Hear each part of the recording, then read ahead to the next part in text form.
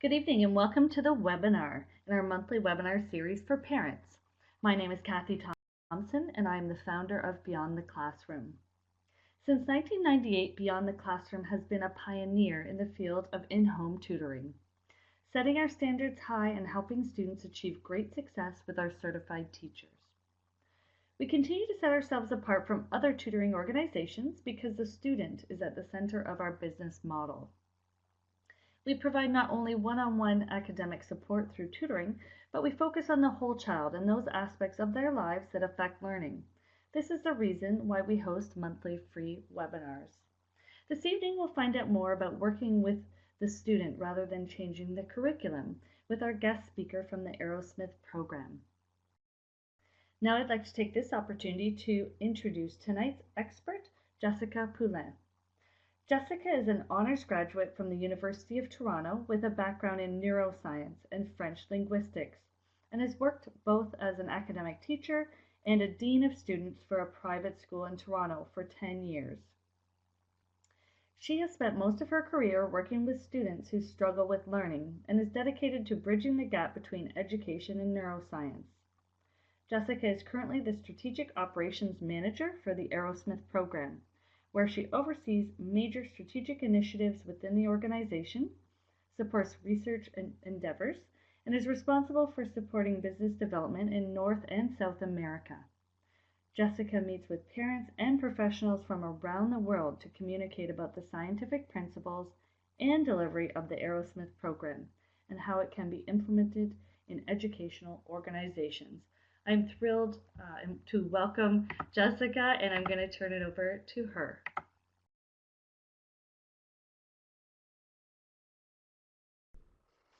Thanks very much for the wonderful introduction, Kathy, and thanks so much for everybody who was able to join us tonight and spend a little bit of time with me talking about how we can look at changing the learner rather than the curriculum.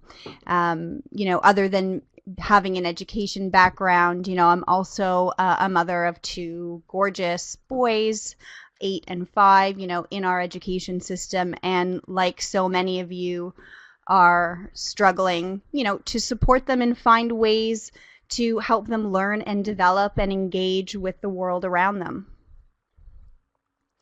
So I'm really pleased to spend this time with you, as I said, as we start to look at how to change the learner and not the curriculum.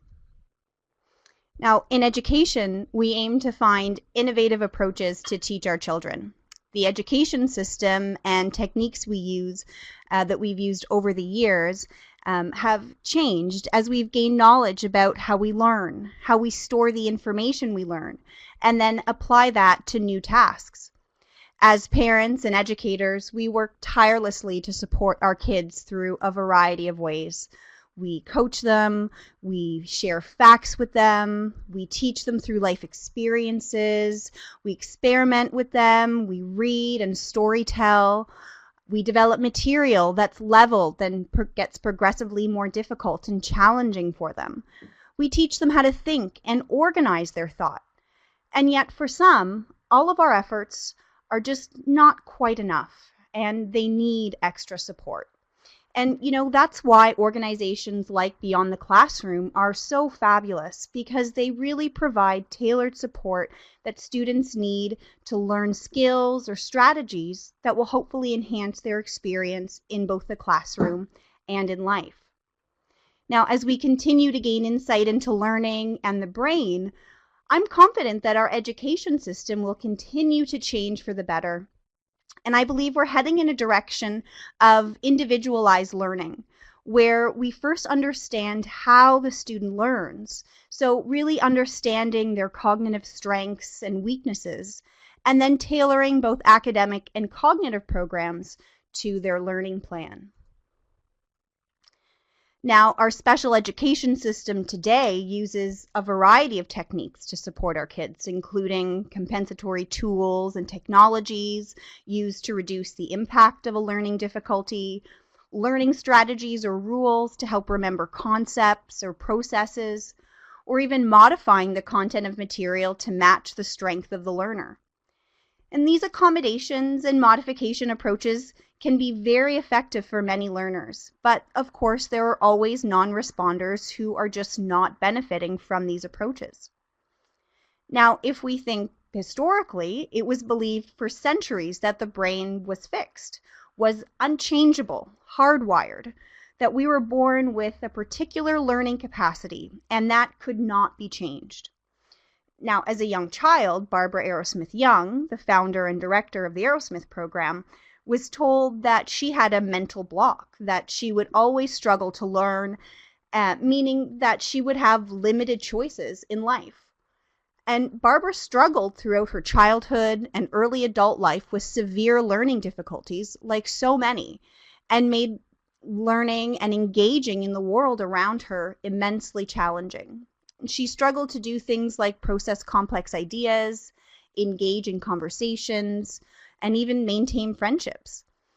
And the consequences of this type of fixed mindset to learning and the brain, where we just accept that our brains can't change, leads to adults who have narrowed career paths, who choose a job maybe not because they like it or because they think it's particularly challenging or stimulating, but because they feel that they're limited by their skills and it's really the only thing they can do. And of course, we all know people who identify themselves by a particular skill or even lack thereof a particular skill. You know, people who say, I'm just not a math person, or I'm just not good at directions, or I'm just not a fan of reading. Now, for decades, research has shown definitively that the brain is capable of change, and capable of change throughout our lifetime. Now, neuroplasticity is the understanding that the brain has this ability to change, to reorganize itself, form new neural connections. And by increasing neural connections, these connections that send messages back and forth within our brain, the learning capacity of an individual can be greatly improved. And one way we can achieve this is by engaging in very specific mental tasks that can result in change in our brain both structurally and functionally, thereby improving our ability to learn. Now, the concept of neuroplasticity is not new. Two early lines of neuroscience research, first being in the 40s and 50s, where Alexander Luria, a Russian neuroscientist who worked with wounded soldiers from the Second World War, showed that the brain is made up of highly specialized areas that have very specific function, and was able to map out the brain and provide a landscape or geography of brain function. And these areas, what Luria called networks or neural networks, work together to carry out complex tasks. So take reading, for example. Now, reading requires several different brain areas working in tandem in order to carry out the task of reading. So when we think of reading, we need our eyes to track the words across the page. When we see a word, we have a visual memory for that word, so we're not looking at every letter and having to sound it out when we see it. If we're reading out loud, we need to be able to pronounce the word or articulate where our tongue is in our mouth in order to make certain sounds. And all of these very specialized tasks are working together in these networks to make reading possible. So a very actually complex mental task that we often take for granted. A second line of early research occurred in the 70s with the work of Mark Rosenzweig, who was a researcher out at the University of California at Berkeley. And he showed with his work with rats that brain function can actually be targeted, stimulated, and strengthened. So what Rosenzweig did with his experiment and his work with rats was he was particularly interested in targeting specific brain function and seeing if he could affect change. So in his experimentation, he reared, two groups of rats, one in a zero stimulus environment and the other in a very stimulus, actually tactile stimulus rich environment. And what he found over time was that the rats that were reared in the tactile stimulus environment were smarter, were better learners, they navigated mazes better, so functionally performed better. Now, doing post-mortem dissections, looking at their brains, he saw also physical changes in their brains where the sensory area of these rats' brains were actually enlarged. More blood flow, more neural connections. He'd seen both functional and structural change in their brain. And we, in more recent times, have seen this results simulated in humans as well. So if we take London taxi drivers, for example, for about a decade, a group of researchers at the University College of London have looked into the effect that memorizing the complex and highly disorganized streets of London has on your brain. Now, the part of your brain that navigates spatial intelligence is called your hippocampus, and it's a pair of two chestnut-sized masses towards the back of your head. The researchers found that London cab drivers have uniquely bigger hippocampi than, anyone else.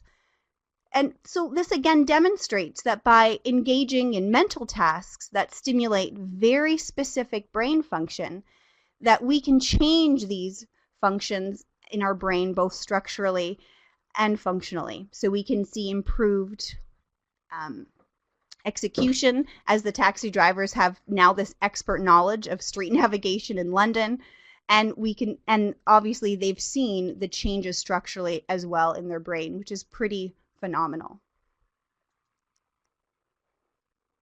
Now, with this understanding of neuroplasticity and our capacity for change, we can recognize that our special education system is built on, a faulty premise that the learner is fixed, that we need to build tools and strategies so that they can work around the problem. But we know that the learner is not fixed, which means we're not fixed. We can change the way we learn, the way we process information, the way we perceive and interact with the world around us. The education landscape is continually changing, and there are several programs that encourage change within the learner themselves through the principles of neuroplasticity. The Arrowsmith Program is one such program that challenges the notion that the brain is fixed and helps educational organizations provide a cognitive program to enhance the learning of their students. While there are effective cognitive programs like Arrowsmith out there that aim to address the root cause of a learning difficulty rather than putting a strategy in place to allow the student to work around it, we recognize that these programs are not always readily accessible. Now, as parents and educators, we see the impact that learning difficulties have on both learning and behavior. Now, for example, you're having a friendly debate at the holiday dinner table, and your sister not only disagrees with your point of view, but just absolutely refuses to consider it at all and just digs her heels in completely. Now, most of us would probably describe the sister as maybe rigid or stubborn, or maybe kind of slough it off and say, well, that's just her personality. She's always like that. But oftentimes, this inability to consider other points of view is due to a reasoning difficulty. She simply cannot weigh the ideas against her own. And in some cases, it can take a lot of energy for that individual to even form their point of view. And the thought of letting that go to consider something else can just be too much. So they appear rigid and stubborn. Another example is, I'm sure we all have a friend or know someone that maybe we describe as a nice guy, maybe a bit socially awkward, often misreads a social situation by missing important social cues, and inevitably says or does something that gets him into trouble. Now, this difficulty is often the result of a weakness in part of our executive function that's responsible for nonverbal thinking. And this is really our ability to navigate the nonverbal landscape, to walk into a social situation, be able to read the room, be able to read people's faces, and be able to engage in that situation appropriately. This area also has an impact on our impulsivity and how we can engage and react to people's emotions, and form plans. What's going to happen if X doesn't work out? And so people can really struggle with that, and oftentimes we see that in their social interactions.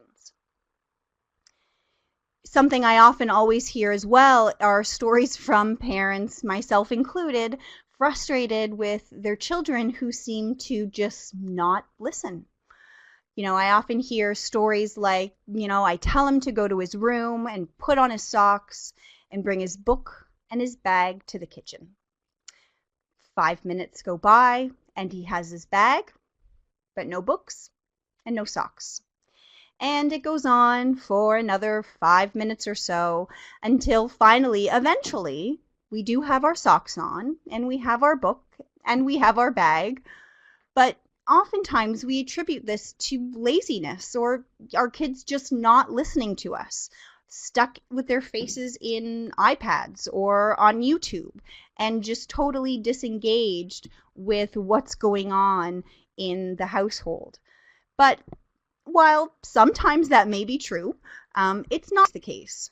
A cognitive weakness in our ability to hold short-term information like instructions or facts can impact our ability to remember a list of items or a list of instructions.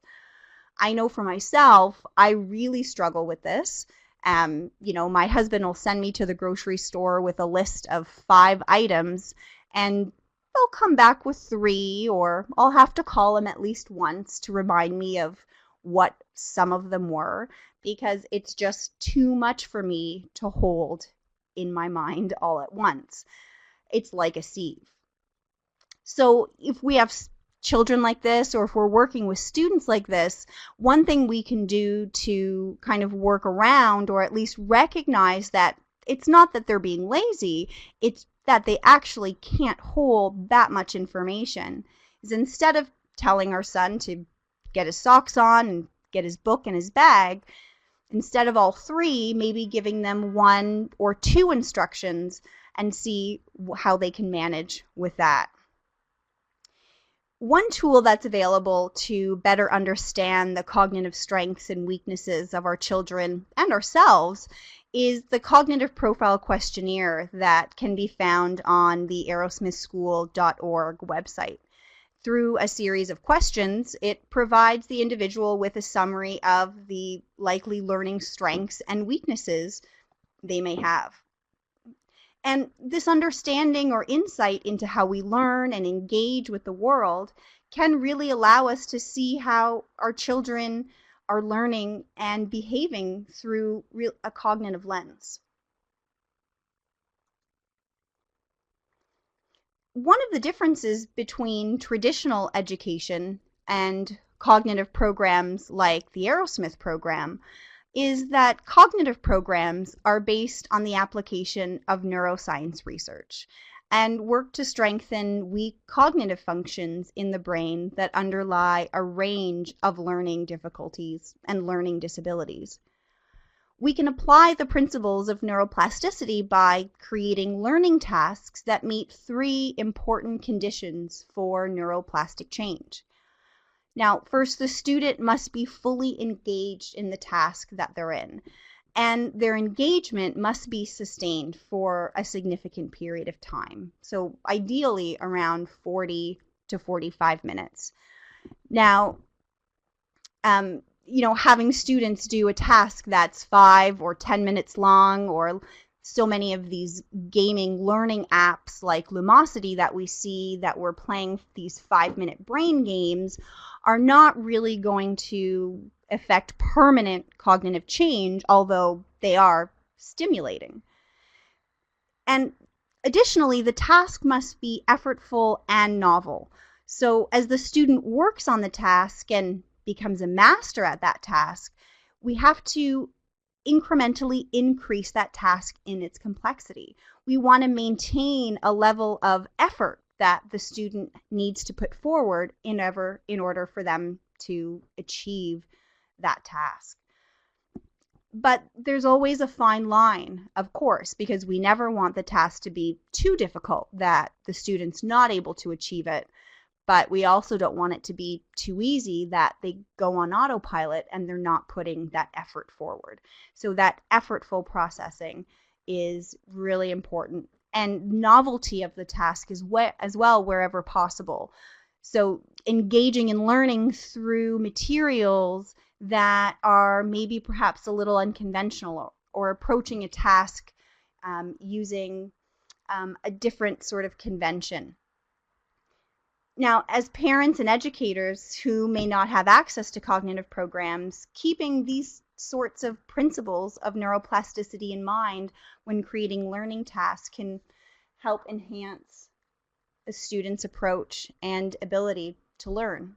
And it's something that, hopefully we can practically implement in our classrooms and in our techniques. By understanding how our children learn and by recognizing that some behaviors are the result of learning difficulties and not necessarily personality, as parents and educators, we can continue to find better ways to support our children. We know that brain function is not fixed, and we can change the learner. And as science continues and research continues to come out, we can begin to introduce the application of neuroscience in education to continue to enhance the way we teach our children. Because as Nelson Mandela said, education is the most powerful weapon we can use to change the world. So if you have any questions, I'd be happy to answer them.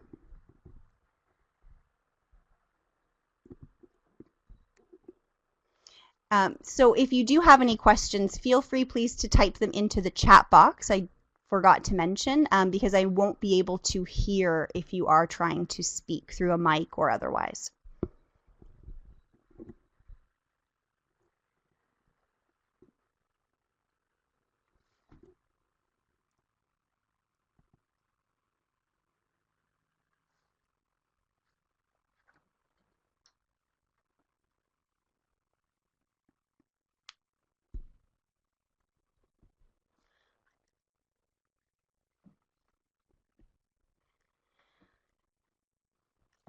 Sure, thanks, Kathy.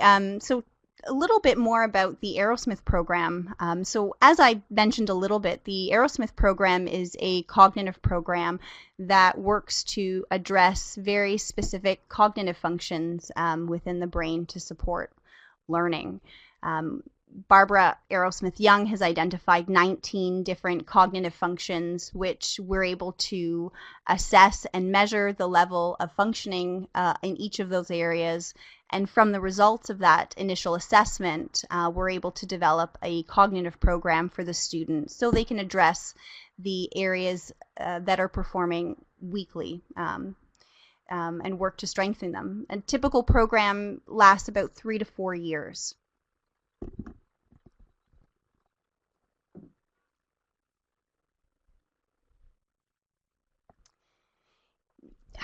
Our program, particularly how it's available, is through a licensing model. So we license our program to educational organizations around the world.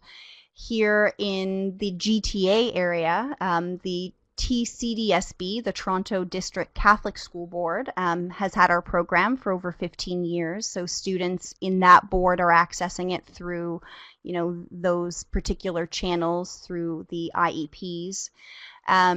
There's also a number of private schools in Guelph, Halton Hills, Pickering, Ajax that license the program as well. They offer both full-time and part-time programs.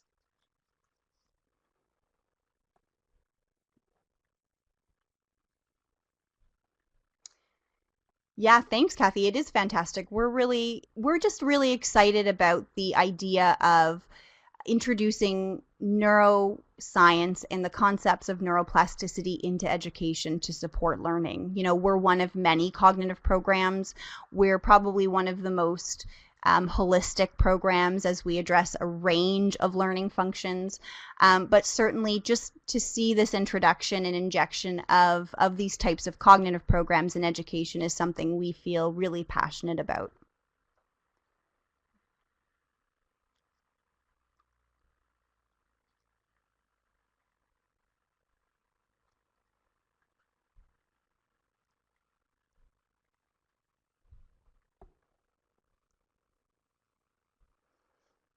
Thanks for that, Cheryl. It is really exciting, and learning is we are able to change our learning capacity. You know, we have students in the program that are as young as 6 years old and as old as 86 years old, and you know, all equally changing the way that they are able to process information, remember information, pronounce words, track across the page, think and process through language and nonverbal.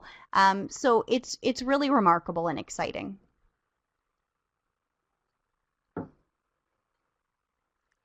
Yes, this idea of growth mindset, Cheryl. You know, Carol Dweck does a lot of great work with this idea of fixed and growth mindset, which again is all in line with the idea of neuroplasticity and the brain's ability to change and strengthen.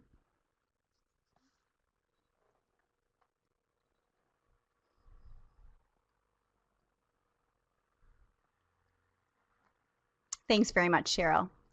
And thanks everyone for spending time with us. If you have any questions particular to the Arrowsmith program, please feel free to reach out to me, or you can find my information on the website under our advocacy page.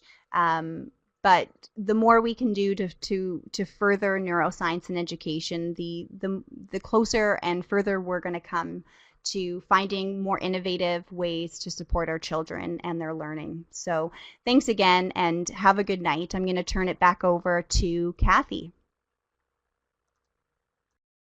Thanks again, Jessica. That was a really fantastic presentation, and I just love neuroscience and hearing how it's constantly evolving and really helping learners to learn in their own ways, in ways that are possible for them. So, thank you so much for your time tonight and all the great information. And thanks to all of our folks listening in and watching the webinar. I really appreciate you joining us this evening. The link to the webinar will be available on our website within 7 days, and that's under our Parent Resources section. So please join us next time for a webinar about staying safe on social media for parents. And that is going to take place in January. So thanks again for listening, and we will talk to you soon.